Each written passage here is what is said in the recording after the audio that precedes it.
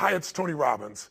Listen, I'm reaching out to you today because it's no surprise that so many people today have a great deal of uncertainty about where life, the world, the economy is going. We're going through massive changes, and some of them are unprecedented. We haven't seen for 40, 50, 60, 70, 80 years. And yet at the same time, we inherently know that with all this change, there's opportunity, that there's a chance for our lives to be better than they've ever been. The transformations that are happening in science and technology can truly change the quality of our lives, the length of our lives, the way we experience life. And yet, day to day, most people live, I think, with a great deal of foreboding, a great deal of uncertainty. And so I thought it might be nice to just drop in for a couple of minutes and give you a couple of triggers to remind you what I know you know in your heart. And that is, we are not made to survive, we're made to thrive. Human beings, our spirit, our capacity to adapt, our ability to grow, our ability to learn with lightning-like speed, our ability to find a way to serve others, that calling inside of us that we have as a parent or as a friend or someone who truly cares, when we put our fear aside because there's something we want to serve greater than ourselves, we all have that ability to find that passion in our life. And as we now are in 2014, a lot of people start out with a new year and it becomes a trigger for the possibility of a new life. But that disappears after a few disappointments, after coming up with a few New Year's resolutions that within a week or two they've already broken. I'm here to talk to you about just the simple core of what you and I are made for. We are not made to survive. We're not made to manage our pain or get through it. We're made to be creators of our lives. We can create anything we can dream about, we can create. And I know that sounds like positive thinking, just BS. But in your soul, there have been times in your life, I know, when you've had something that you wanted so much. Maybe you wanted something for someone you care about. Maybe you wanted something for yourself. But you became so obsessed with something, achieving it, experiencing it, whether it was a transformation, in yourself, a change in your business, making a certain amount of money, getting a job, increase of some position increase. Maybe it was doing something for your mom or your dad or your kids. Somewhere in your life, you've gotten obsessed enough to really want to create something that you may not even know how you were going to do it, but you just wanted it, desired it, that you started all of a sudden taking action and you got insights. And before you knew it, what used to be just this impossible dream became a reality. Is it fair to say that at some stage in your life that there are some things today in your life that were once just a dream or a goal, that once seemed difficult or impossible, whether it be the job you have or the relationship you're in and might be taking for granted? Is there anything in your life today that was once like that? Well, then you and I are creators. And very often when we get overwhelmed by so many things that we feel out of control by, we start getting into being managers of our life, managing our pain, managing through the situation. So my purpose here is to say, what does it take to thrive once again? So let me give you 5 quick keys. Number 1 key to thriving is you've got to allow yourself to be able to take advantage of uncertainty. Yes, the world is uncertain right now. Uncertainty is change. Change is life. We both know that. We all know that. But if you and I are going to become masters, we have to understand that we don't have to work on change. Change is automatic. Progress is not. If you and I are going to make progress here in 2014, whatever stage of the year you're looking at this, progress comes when you tell yourself the truth and you're able to feel the uncertainty and take action anyway. The thing that stops us all is fear. It's no surprise. Fear of failure, fear of rejection, fear of the unknown, fear of not looking good. And that fear we could translate into the simple thing of uncertainty. Now, when you look at someone who's incredibly successful, you look at someone who's truly a leader in their life or in their field, the one thing they have in common is they exude this sense of certainty. Now, where's that come from? Is it inborn? Are they lucky? Are things just going their way? No, great leaders know how to step in the uncertainty and bring the certainty to the situation. Most people in life, we really feel like the level of stress in our life comes to how much of life do you feel like you control, or how much does life control you? Do you tend to control more of what's going on, or events controlling you? It's very easy to have those events start to take control unless we take control of what's between our ears, our own mind. You see, what you and I focus on massively affects how we feel, whether we're thriving or surviving.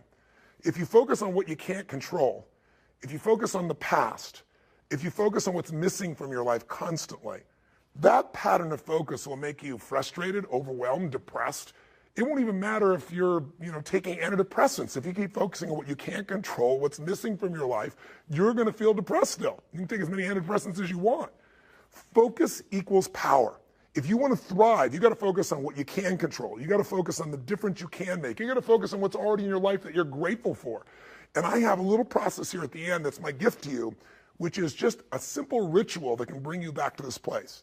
So one thing that leaders do is they focus on the things they want, they focus on what they can control, they focus on what they have a combination of gratitude, strength, and commitment. They really unleash the second element. They have a vision. They have something that they're after, something they want to create, something they want to contribute, something they want to give, something they want to make happen. And that's when you become a creator again instead of a manager of life. And it's easy to lose that sense of vision in your life through disappointments. Hey, we've all had them. You get all excited about something and then, life seems to crush it. Somebody betrays you. You betray yourself. You don't follow through and then you don't trust yourself at the same level. What makes somebody a leader is they build this certainty, and not only with focus, not only do they get a vision for what they want, but they bring that certainty in their body. Listen, if you've ever been to one of my live events, you know that one of the greatest things about, let's say, Unleash the Power Within is you go through a weekend where you literally train your nervous system to have certainty. I mean, how the heck do we get people to storm through fire? It's not about fire walking. It's about getting yourself to be able to take action in the areas of your life that normally you would more than hold back, where your brain would take over and say, I can't do this. Are you crazy? Somebody else did it, but not me. What we do is get people in a state where you're going to follow through. We're going to face your fear and do it anyway. And the way we do that, besides changing people's focus, showing you how to direct and control that focus, is also by learning how to use your body as the tool to change your state. Listen, if I drop my shoulders enough, if I were to breathe shallow enough, if I were to slow down and say, I don't know, I'll give it a try, and go into this state, I'd be like Samson getting his hair cut off, right? Because what we don't realize is that our mind is directly affected by the way we use our body.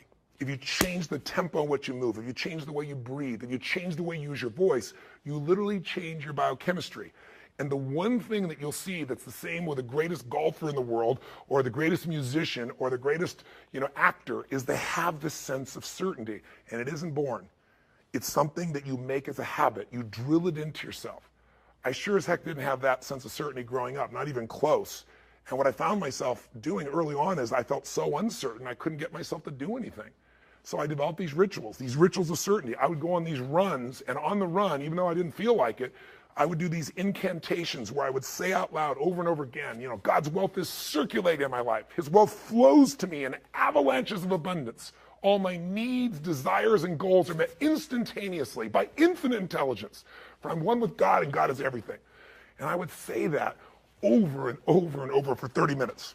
Just crazy. And I would envision that God's circulating, His wealth circulating my life, and I'd see the wealth of love and friendship and impact and growth and economics and all these things, physical fitness and aliveness. I'd see this wealth of abundance flowing, oceans of it, into my life as I went and did these things. If you envision something clearly enough and you bring certainty to it over and over again, if you engage your physical body in a simple ritual, it could be as little as 10 minutes a day. I call it my hour of power, or 15 minutes to be fulfilled. And all you do is you take 5 minutes, and in those first 5 minutes, you get yourself moving, and you get yourself in a state of certainty in the way you move and the way you breathe. You focus on what you're excited about in your life. You focus on what you want to create, what you want to bring to your children, what you want to bring to the world. And it changes your state. We all know what happens when you're out of state. When you're burnt out, when you're frustrated, when you're overwhelmed. You snap at people sometimes, feel bad about it. You didn't mean to. It's just the state you're in. So to thrive this year, take uncertainty and bring certainty to it. To thrive this year, get what I call a compelling future. Pick anything, a goal, a dream, a desire, something that excites you so much that you're going to feel yourself compelled to actually find a way to make it happen. You've done it before. You've gotten obsessed, and you don't even know how you did it, but things happen, and you got yourself to where you want to be. Let's make that happen this year, right now. Regardless if it's later in the year or the beginning of the year you're watching this, I made this so that hopefully I'd remind you of what you know, that you're made to thrive, not survive. What's the third element that makes somebody an effective leader, makes them a thriver, even when the environment is crazy? Well, they bring certainty to uncertainty. That's leadership skill, by focus and physiology. By the way they move, by the way they breathe, by what they do. They bring that certainty because there's something they want so bad that it makes them overcome the fear. They focus on what they want to create, what they want to give, not, oh my God, what if I fail? But the third thing they do is they're decisive. Listen, nothing changes your life like decision. I mean real decision, though. not where people go, well, I'll try, or I kind of decided I want to give this a shot. The word decision comes from incision in Latin, to cut off from. And when you make a decision, you cut off from any possibility except the thing you've committed to. As I always tell people, if you want to take the island, burn the boats. I mean, if you make a real decision, every bit of you is committed to something, it's amazing how life will move for the force of nature of a human being, man or woman, that says, this is how it will be. I don't know how I'm going to get it done, but I know this is what I'm going to do. I know why I'm going to do it. It was Martin Luther King who said, any man who hasn't figured out what he's willing to die for isn't fit to live. If you can find something you're so excited about, if you can find something that will drive you with that certainty, and you add to that decisiveness, you can change anything. You don't like your job, change it. You go, oh, but there's no jobs out there. Bull, right? Change it, start the job. Change who you are in the job where you are, and enjoy yourself. Change your perception, change your appreciation. Change your gratitude. Change your daily rituals so you start to enjoy things. Change what you notice. Change from trying to get something to trying to give something. The whole game will change. Decisiveness is the ability to make a decision even though you're uncertain once again. What keeps people from making a decision? Fear of failure. I remember I had a chance to get to know General Norman Schwarzkopf during the time in which he was commanding our forces, an amazing man. And he would step over there in Desert Storm, as they called it in those days, and he could command a guy that was just brilliant. An officer who came out of, Harvard or background of Princeton, and he could take a kid from the inner city and just have that same command and connection with them. And I think part of what they respected about him is he respected everyone himself. He had this connection with people. But the other thing everybody respected was the man was decisive. And I asked him where he developed that decision-making capability, just the willingness to just make a decision and trust. And he said, Tony, I'll tell you where. I worked for this general when I was very young, and I was his assistant. And he said, I remember there was a research project that the Pentagon had worked on for that time. He said, if I remember right, like 5 years. And there were arguments. It was a very strategic decision for where the Defense Department was going to move towards in the future, how they were going to operate. And he said there were arguments for both sides. And for 5 years, they'd gone back and forth, and nothing was resolved. And they came to the general that he was serving at that time as the assistant. And they had a meeting, and the meeting lasted 1 hour. And at the end of the hour, the general stood up and said, do that. And he picked one of the two, and he did it with absolute certainty. And in the military, you salute, and you take your orders, and you go. He said, but Schwarzkopf said he was just curious, really curious, to know, how could he get up and make a decision like that? Because Schwarzkopf said, I was the one doing all the research. And there was loads and loads of research, and I know he hadn't read it all. And he said it bothered me that he'd just make a decision like that without knowing everything he could possibly know. And so he said, Schwarzkopf said, I finally went to him and said, sir, permission to express myself freely. He said, permission granted. He said, sir, how could you make that decision? He said, there are reams and reams and reams of information. You had a 1 hour meeting, you heard 20 minutes of discussion for both sides, and you decided the entire direction where things are going to go for the armed services, for this part of the armed services. And he said, how could you possibly do that? You don't have all the information. He said, no one does. In fact, information is important to an extent, but ultimately action is what needs to be taken, and someone needs to decide. He goes, well, how do you know you made the right decision? He said, no one has made a decision, young man, in 5 years and half a decade. What I decided will be right, because either we'll put all our resources and we'll make it right, or if it's wrong, we'll discover that quicker than sitting on the fence for another 5 years, and we'll find out it's not right, and we'll change. Leadership is making decisions. If you're going to lead your own life, you got to make decisions. And what Schwarzkopf said is he realized, rule number one in life is, when put in charge, when put in command, take charge. Make the decision. If it's right or wrong, you're going to find out quicker than if you sit around. And the interesting thing is, the more you make decisions, the better you get. What makes somebody a leader? What makes somebody a leader is they're willing to make the decision other people won't make. They want to put themselves on the line, knowing that you're going to be wrong in some of those decisions, but you're going to find out quicker, and you can simply adapt and change your approach to still get where you want to go. Be decisive. Don't like your body? Change it. Don't like your relationship? Change it. Start by changing you. If you've changed you, it's still not right, then change it. But the way you make any change happen starts with a decision. All action, all results are mothered or fathered, if you would, by a decision. What's one small decision you can make right now? that would take you in a direction you know you need to go? What's a big decision that might be really tough, but if you really made it, truthfully, it would take you on a new direction of your life, because whatever direction you head into will lead to an ultimate destination or destiny. When you know what's right, it's time. When you're still fearful, it's still time. You want to change your life? Decide. Decide something you're going to do. Decide something radical. Commit an act that moves you forward instead of thinking more, because we all can get caught up. I tell people, you get in your head, you're dead. The brain is a great thing to strategize with, but there's a point in which you got to get back in your heart and you got to put yourself on the line and do something. So if you're going to thrive this year, bring certainty to your decision making by just putting yourself in that state and trusting. Trust your creator, not just a manager of life. What do you have to do? Get a vision for what you want. What else? Decide. And step 4, real quick, act. There is no such thing as a decision without action. A real decision, you cut up things off and you make it happen. You do something. And I've always found in my life, never leave the sight of making a decision to something that's important without doing something in that moment that commits you to follow through. Take some action in that moment.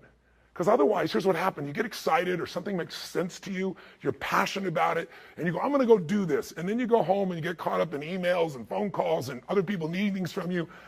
And the next thing you know, you're out of state and you don't follow through. Has it happened to you before?